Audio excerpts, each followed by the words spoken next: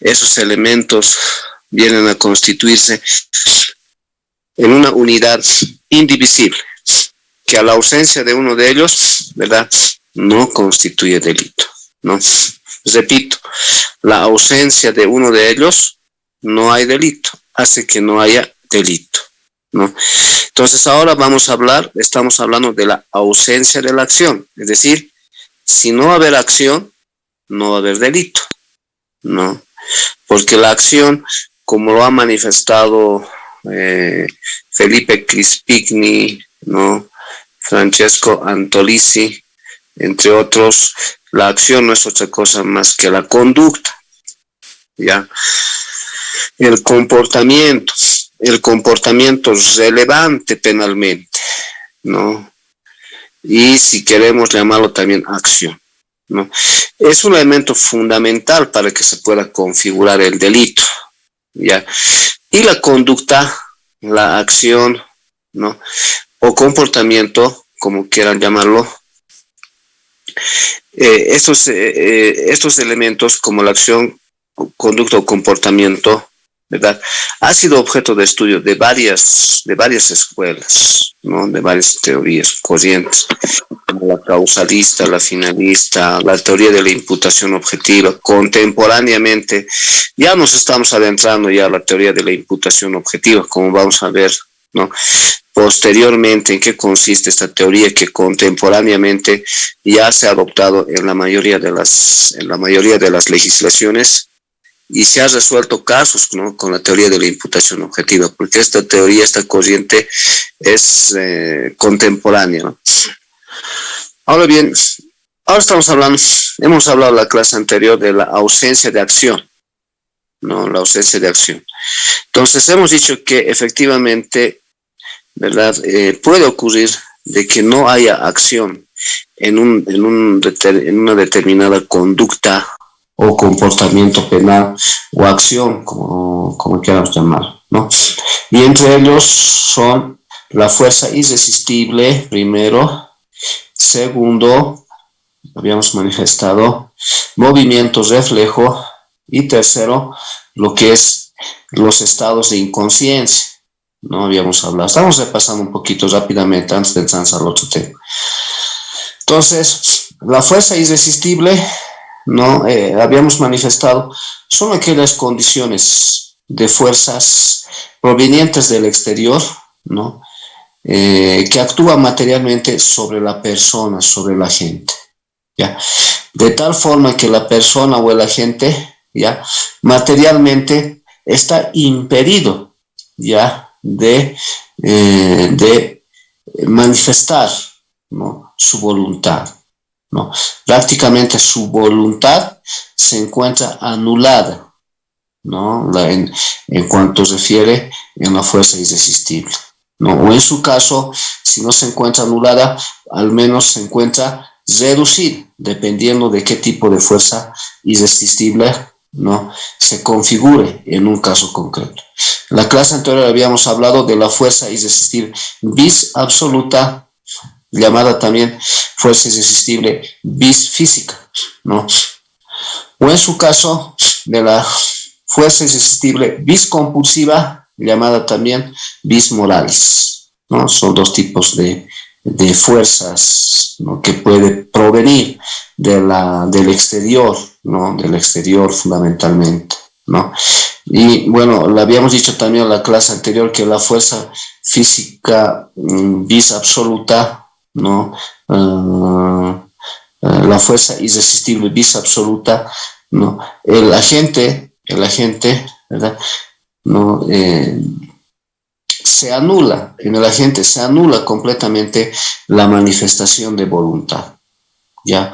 Hemos dado varios ejemplos, como el del guardaagujas, ¿no?, que ha sido atado en un árbol, para que, ¿no?, mientras éste duerma, para que pueda impedirse que cumpla, ¿no?, con su deber, ¿no? De tal forma que el guardaagujas, ¿verdad?, no tiene, pues, nunca ha manifestado incumplir sus deberes, pero que por fuerza física exterior, ¿verdad?, se encuentra impedido, en el sentido de que ha sido atado en un árbol, ¿no? Es decir, hay una, pero se lo inmoviliza completamente, ¿no? Y de tal forma que su voluntad se encuentra anulada, ¿no? No puede reaccionar, de tal forma que esa persona, ¿no?, en esos casos se puede invocar ausencia de acción o sí, falta de acción, ¿no? Ante el juez podemos decir, bueno, esa persona, señor juez, ¿verdad?, invocamos la teoría de la fuerza irresistible, vis absoluta o vis física, porque mi defendido, ¿verdad?, ha sido atado premeditadamente mientras mientras dormía, ya, con el propósito de que éste no cumpla con su deber o con su obligación, ¿no? Entonces, ustedes ya se están sustentando, ¿no?, en la teoría del delito, en un caso concreto, pueden sustentar la fuerza irresistible vis absoluta, ¿no?, para que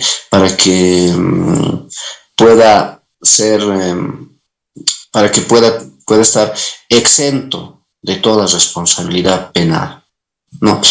Entonces, eso es la vis absoluta, habíamos dicho, no estamos resumiendo de manera rápida. Y en cambio la vis compulsiva o vis moralis, ¿no?, efectivamente también existe falta de manifestación de voluntad, ya, puede haber resultado, hay falta de manifestación de voluntad, pero no se anula completamente, ya, no se anula completamente la voluntad de la gente, ya. Así, por ejemplo, siguiendo el mismo ejemplo del guardagujas, ¿no? No es lo mismo atarlo, inmovilizarlo completamente, que amenazarlo con una pistola, ¿no? Esa persona, si se lo amenaza con una pistola, ¿no?, puede todavía reaccionar, ¿ya? No está completamente anulada su voluntad en la vis compulsiva o vis moralis, ¿no? No está completamente anulada la voluntad de la gente, ¿no?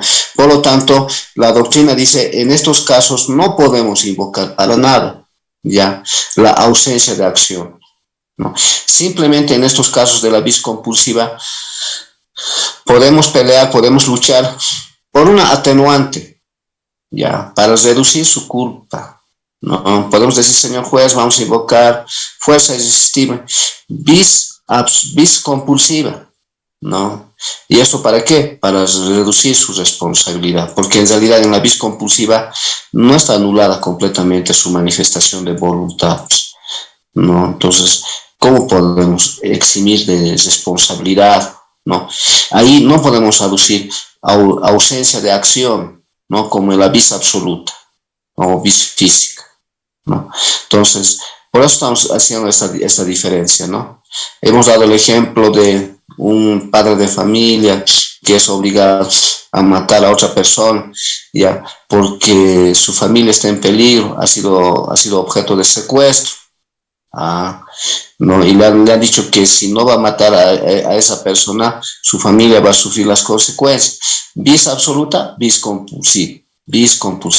Porque esa persona todavía puede planificar, puede pensar en una estrategia, en un plan o en algo que todavía puede luchar, ¿no?, contra los delincuentes, ¿no? Entonces no se anula, no se elimina completamente su manifestación de voluntad. Vis compulsiva, no se puede invocar ausencia de acción, ¿no? La doctrina ha establecido que la ausencia de acción solamente puede ser invocada en la vis absoluta, ¿no?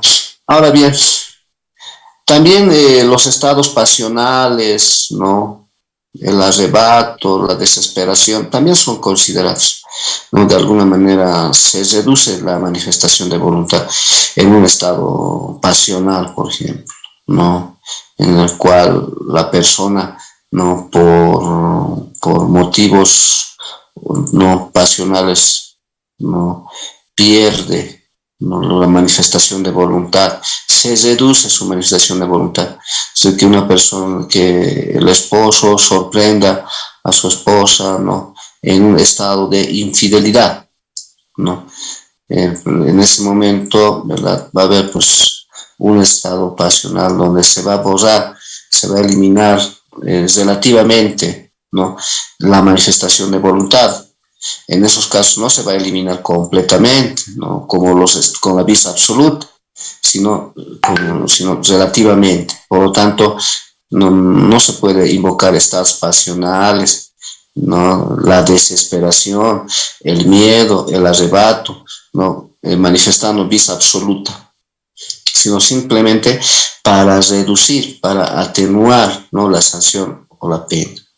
¿No? No es lo mismo del ejemplo que hemos dado del albañil que estaba trabajando ¿no? Que estaba trabajando, pierde el equilibrio, ¿no? Ya sea por cualquiera sea la causa, ¿no? Pierde el equilibrio, se cae, ¿verdad?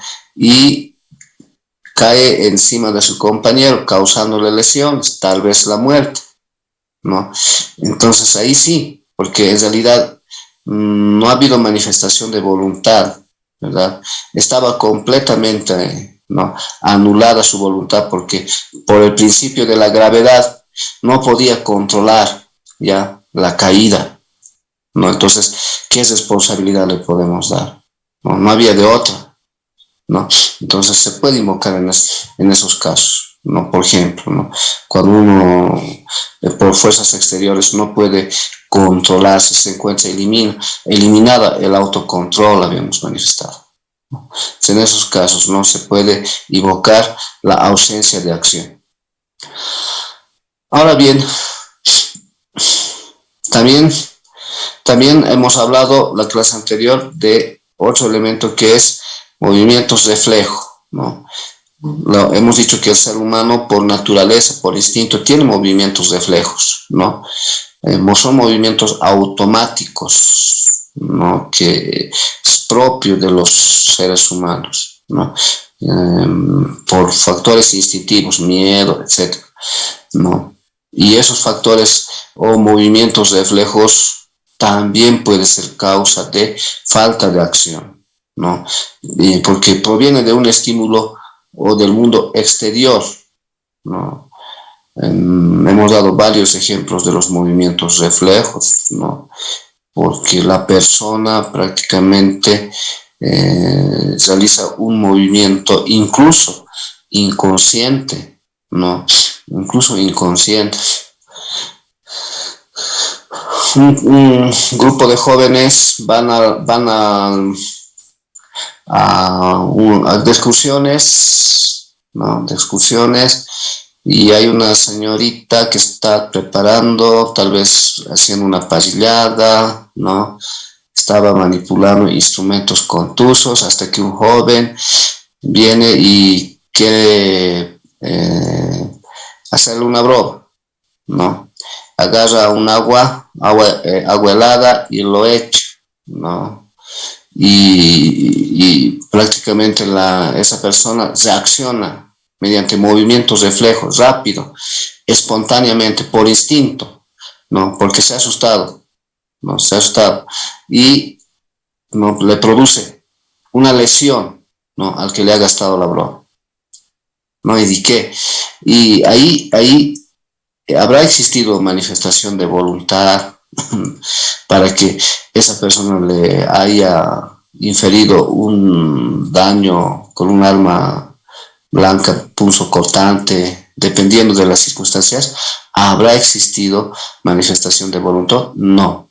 Ha sido producto de un movimiento reflejo, ¿no? Se ha movido rápidamente, ¿no? De tal forma que estaba concentrada, ¿no? En otras cosas, pero por un movimiento instintivo le ha propinado, ¿verdad?, un daño, una lesión en la integridad física, ¿no?, de la persona que le ha jugado una broma. Entonces, puede darse ese tipo de casos, ¿no? Se puede, ¿no? Dependiendo, ¿no?, de cada caso, ¿no? En un accidente automovilístico, por ejemplo, ¿no? Puede ser por un movimiento reflejo, ¿no? Estaba conduciendo y de pronto la luz del sol, ¿no? Alumbra fuertemente en los ojos del conductor. En un movimiento reflejo se cubre los ojos, ¿no? Pero por un par de segundos pierde el control, provocando que se produzca un accidente, ¿verdad? Y ese accidente ha tenido como consecuencia daños materiales personales.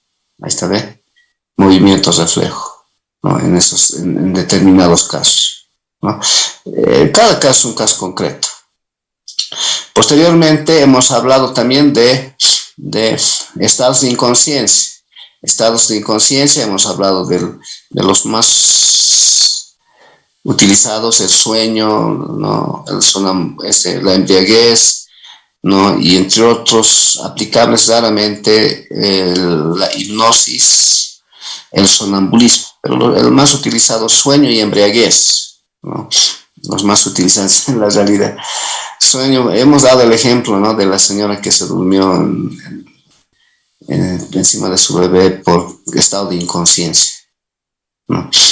Y también de la embriaguez, ¿no? También puede dar lugar, ¿no? La pérdida de la conciencia, ¿no? A que se pueda perpetrar delitos como injurias, calumnias, lesiones, agresiones, lesiones graves, gravísimas, y por qué no decirlo, hasta la muerte, ¿no? Por causa de la embriaguez se ha producido, ¿no? Feminicidios, ¿no? ¿No? Feminicidios. Han acabado con la vida de su esposa mientras estaba completamente en estado de inconsciencia por embriaguez. ¿Está bien? ¿No?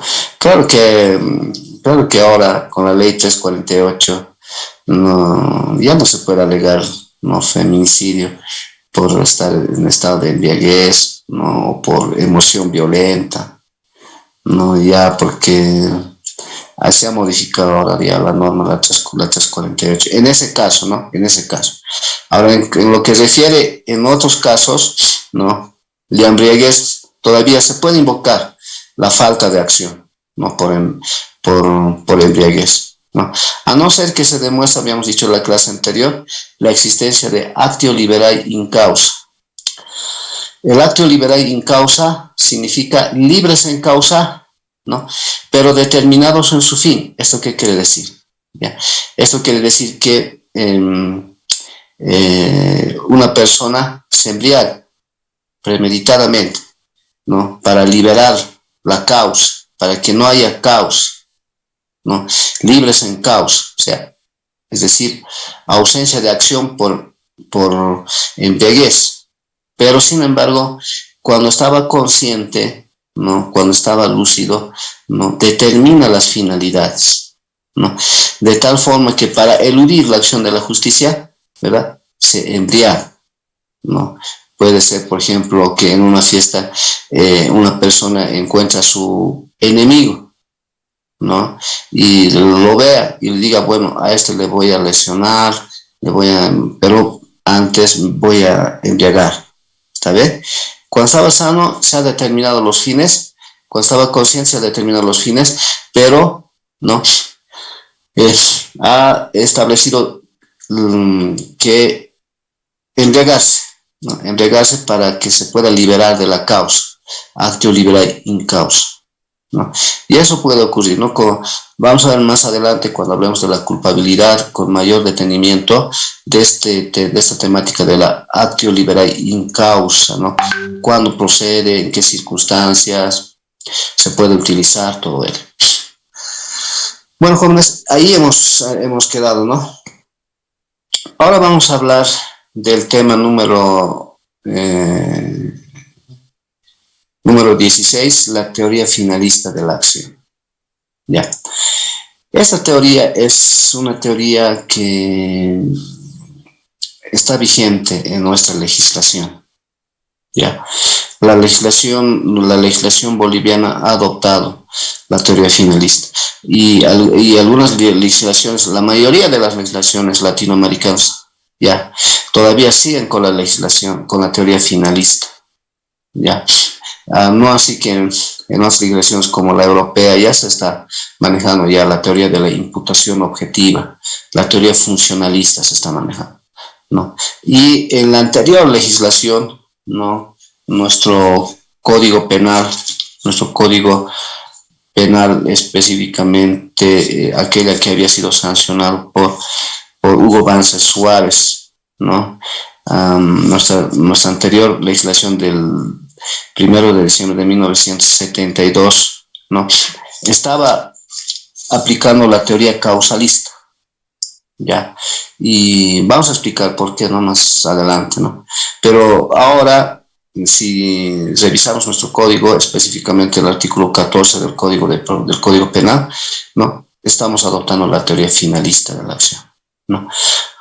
Ahora bien, ¿en qué consiste en grandes rasgos esta teoría? Esta teoría consiste en que, filosóficamente hablando, ¿no?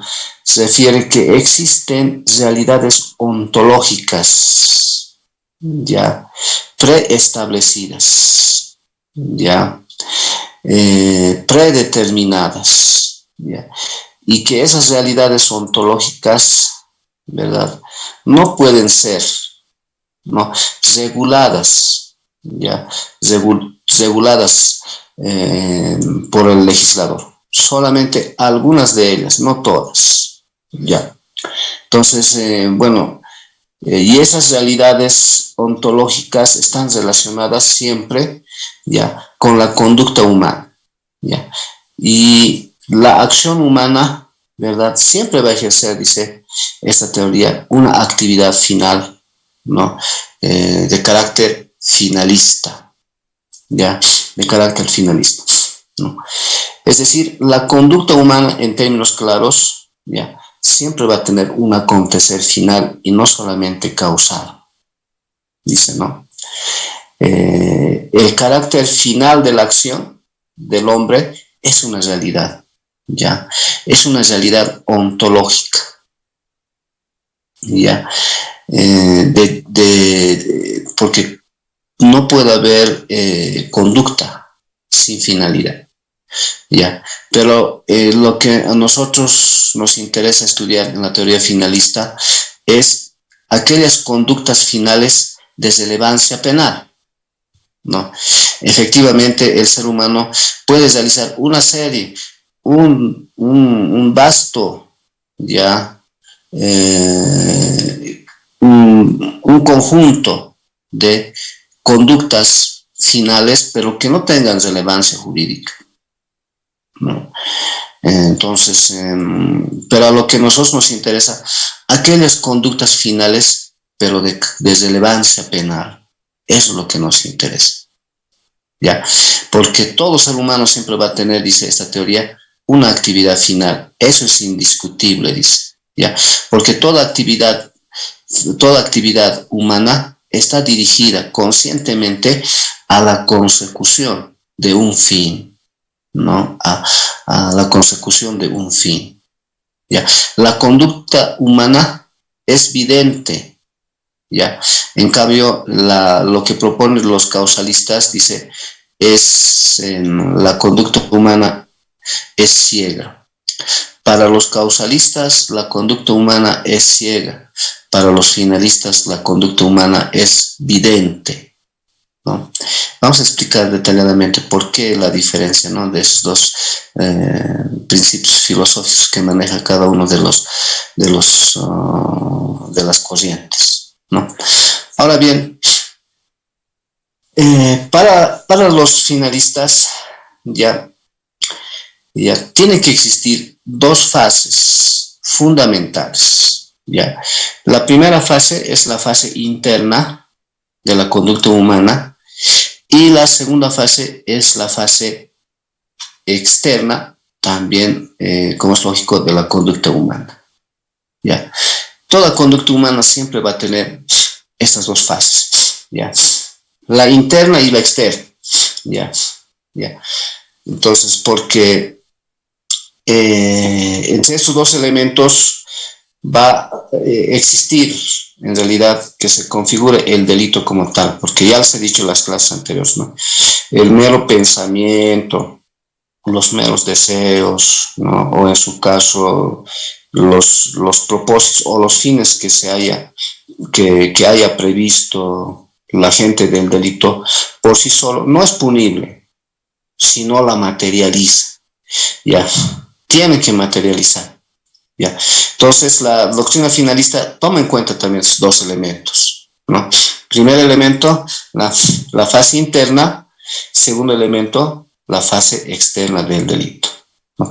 Y aquí también es muy importante tomar en cuenta de que la corriente finalista ya, ya no clasifica ya a la teoría objetiva del delito y la teoría subjetiva del delito, ya, como los causalistas, porque los causalistas señalaban, ¿no?, que el delito tiene dos planos, uno objetivo, ¿no?, acción, y uno subjetivo, culpabilidad, dolo y culpa, ¿no?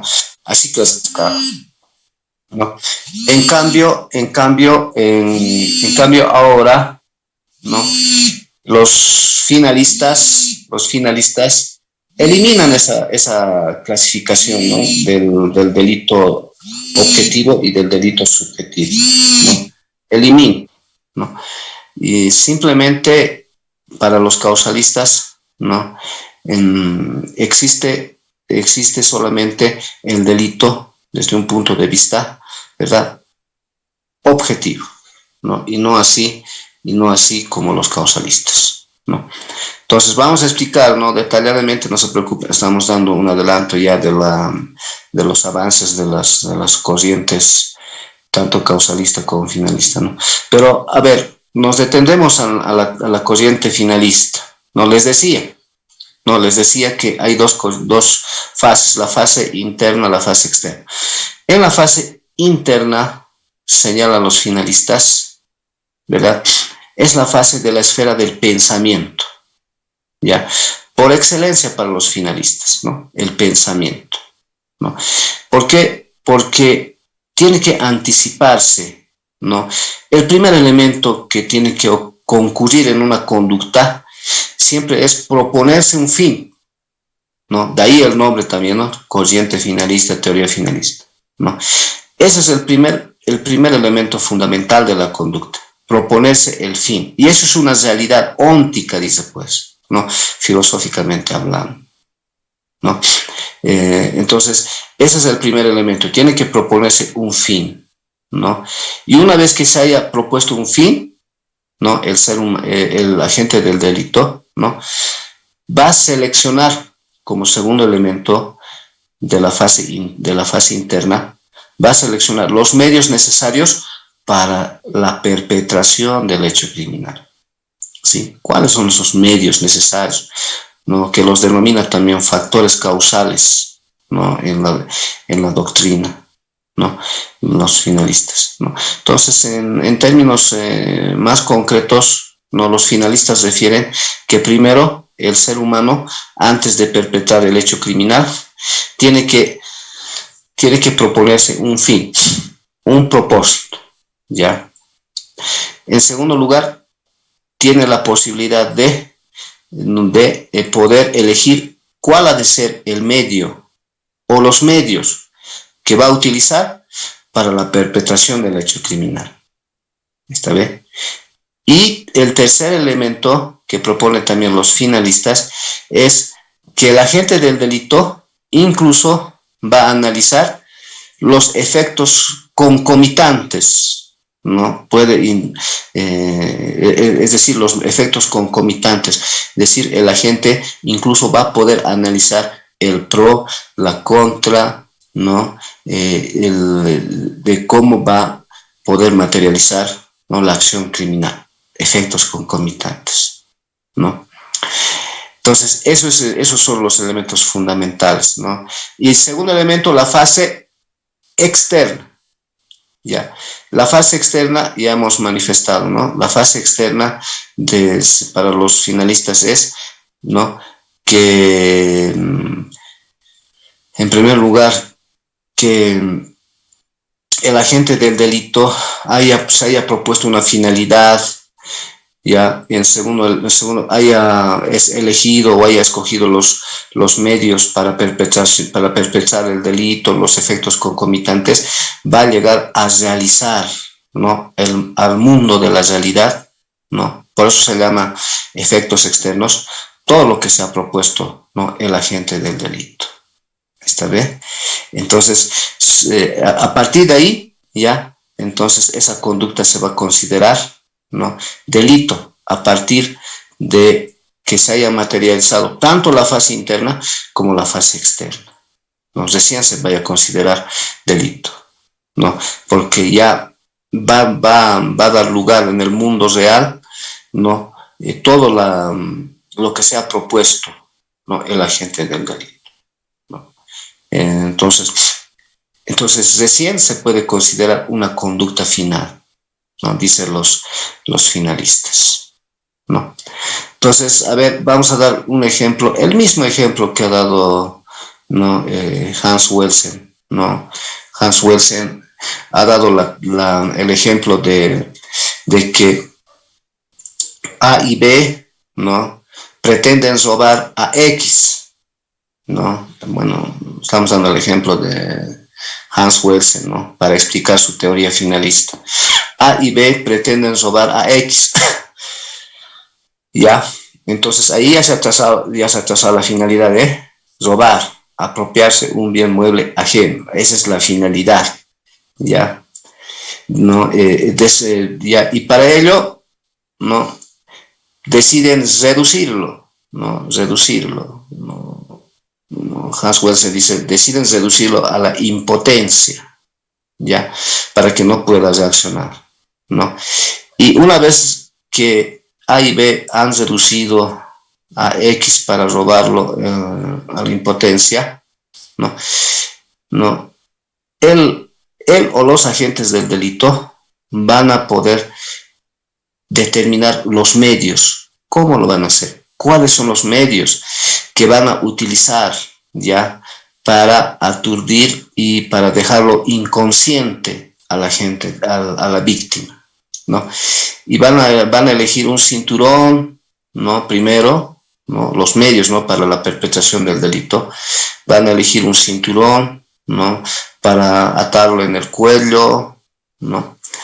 Y bueno, ¿no? Para luego estrangular, ¿no?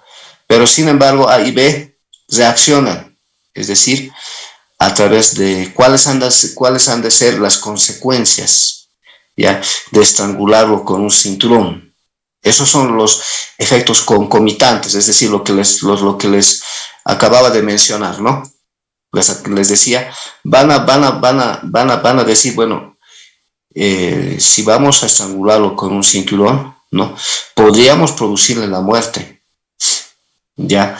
Y eso nosotros no queremos. Nosotros hemos tenido la finalidad y tenemos la finalidad de apropiarnos de los bienes de X, ¿no? Y no causarle la muerte. Al hacer ese razonamiento, A y B, bueno, están analizando, ¿no? Los fines concomitantes, es decir, aquello que puede ocurrir y no quiere que ocurra, ¿no? El pro y la contra, ¿no? Entonces, desde ese punto de vista, ¿no? Deciden no utilizar el cinturón, ¿no? Y en ese momento ven un pequeño saco de arena ahí que estaba en el suelo, ¿no? Un pequeño saco de arena, ¿no? Y con ello pretenden, ¿no? Quitarle la conciencia a la víctima, ¿no? O aturdirlo, ¿no? Entonces, pero sin embargo, no lo hace, ¿no? Sin embargo, no lo hace. Sin embargo, no logran su cometido porque la víctima no pierde la conciencia, ¿no? Entonces, ¿qué es lo que hacen A y B, ¿no? En un momento, ¿no? Voluntariamente deciden finalmente utilizar el cinturón, ¿no? El cinturón para reducirlo más y quitarle la conciencia y apropiarse de sus bienes, ¿no? Y finalmente causándole la muerte, ¿no? Y asfixiando a X, ¿no? Para robarle, ¿no? Entonces, y es más, tampoco no contaban con con ese resultado mortal, ¿no? En el sentido de que en primera instancia, ¿no? Los agentes del delito A y B han analizado el pro y la contra, los elementos concomitantes del hecho criminal, es decir, han dicho nosotros no queremos, ¿no? Producirle la muerte, solamente apropiarnos de lo suyo, ¿no? Pero se ha complicado la situación, ¿no? El saco de arena que estaba ahí no ha funcionado para aturdir a la víctima, ¿no? Y bueno, pues no han tenido otra, ¿no? Que utilizar el cinturón para asfixiarlo y quitarle la conciencia, pero ha tenido como resultado mortal la muerte de X. ¿Está bien? Entonces, se dan cuenta que acá en este ejemplo que nos da el propio Hans Wessel, ¿verdad? Es una conducta finalista, ¿no? ¿Por qué? Porque en primer lugar, los agentes del delito, ¿verdad? Han determinado una finalidad, un fin. ¿Cuál era ese fin? Apropiarse de lo ajeno, ya, apropiarse de lo ajeno. En segundo lugar, han determinado cuál ha de ser los medios que van a utilizar para la perpetración y materialización de la finalidad, ¿no? El cinturón, ¿no? Luego han decidido utilizar ya un saco de arena que estaba ahí justamente, ¿no? No han logrado su cometido, ¿no? Entonces se dan cuenta, se analizan los medios para la perpetración del hecho criminal, ¿no? Y finalmente, ¿verdad? Han cumplido su cometido, la finalidad que era apropiarse de lo ajeno, ¿no? Y sin embargo también han provocado la muerte de X, ¿no? Entonces, en este ejemplo que nos da Hans Wessel, se puede establecer que se presenta no solamente la fase interna, ¿no? Sino también la fase externa, en el sentido de que en la fase externa ya se apropian, ¿no? Ejecutan, ¿no? El hecho, ¿no? En la fase externa se apropian de lo ajeno, pero además le producen la muerte a X. Se dan cuenta, ¿no? Entonces, aquí podemos analizar que las dos fases se cumplen, ¿no? Debidamente para la perpetración del hecho criminal, ¿no? Entonces, eso quiere decir de que para los finalistas, toda conducta criminal, toda acción criminal, siempre van a tener esas fases, ya, esas fases. Ya,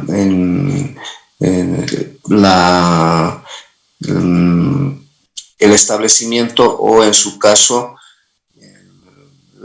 el señalamiento de un fin, ¿no? De un fin, ¿no? De una finalidad, ¿no? Segundo elemento, ¿no? El elegir los medios para poder materializar el fin, ¿no? Y finalmente incluso se puede llegar a analizar los elementos concomitantes, ¿no? Primera fase. Segunda fase, piensan, ejecutan, ¿no? Exteriorizan la fase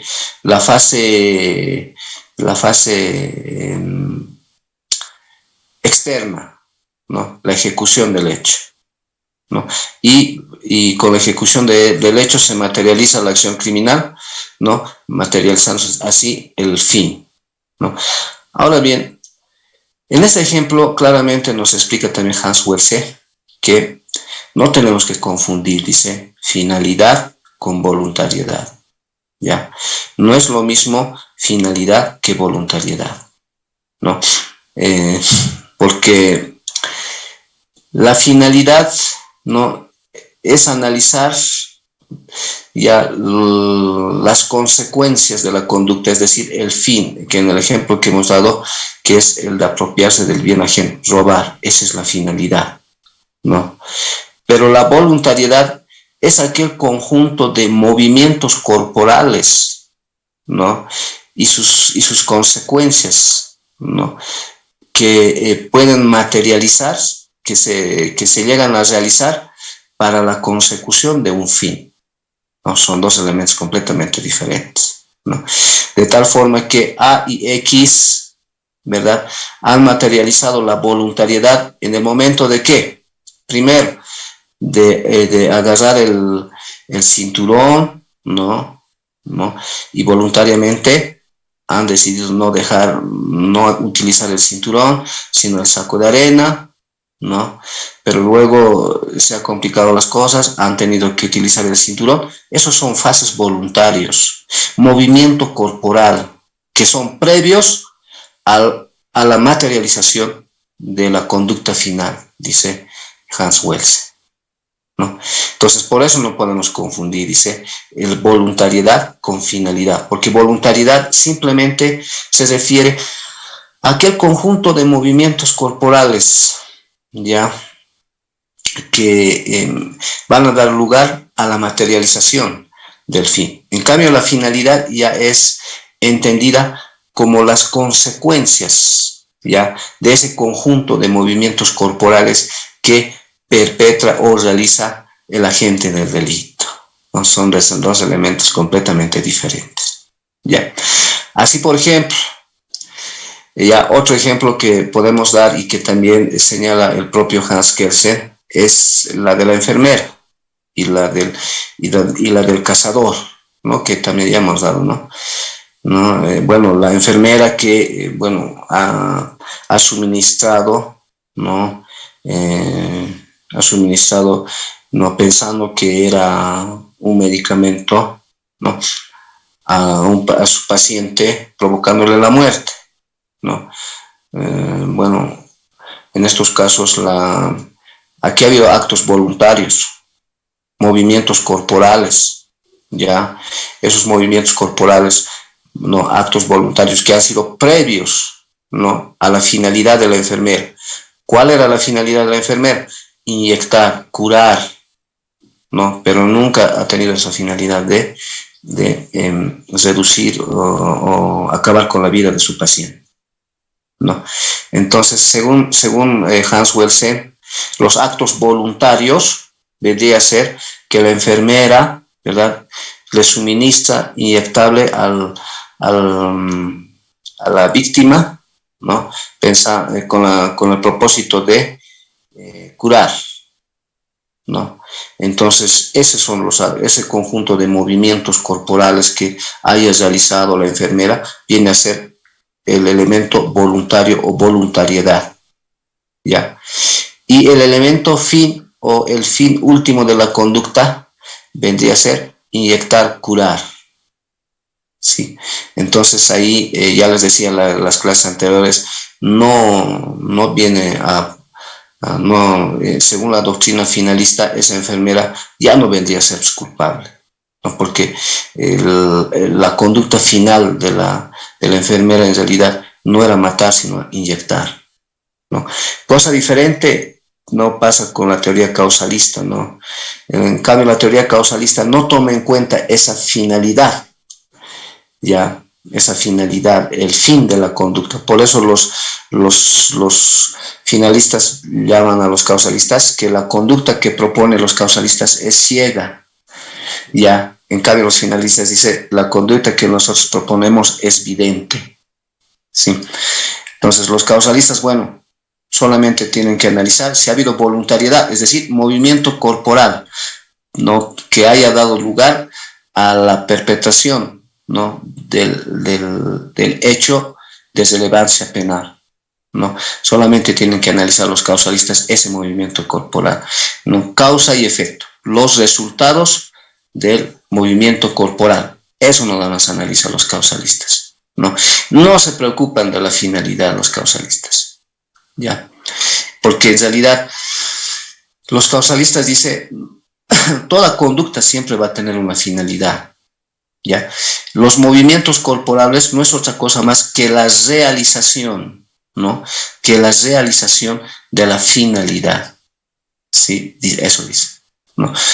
Otro ejemplo que también ha sido dada por los finalistas es el ejemplo del cazador, ¿no? El cazador sale, ¿no?, con su escopeta, dispara, ¿no? Y bueno, el cazador dispara a un animal, ¿no? Pero que como consecuencia del disparo resulta ya matando a una persona, ¿ya? En esa acción, ¿no? Según los finalistas, ¿verdad? Esa persona no sería responsable por la muerte ya de la víctima, ¿no? ¿Por qué? Porque la conducta final, la finalidad del autor no era pues matar, sino la finalidad era simplemente cazar, ya, cazar, esa era su finalidad, ya.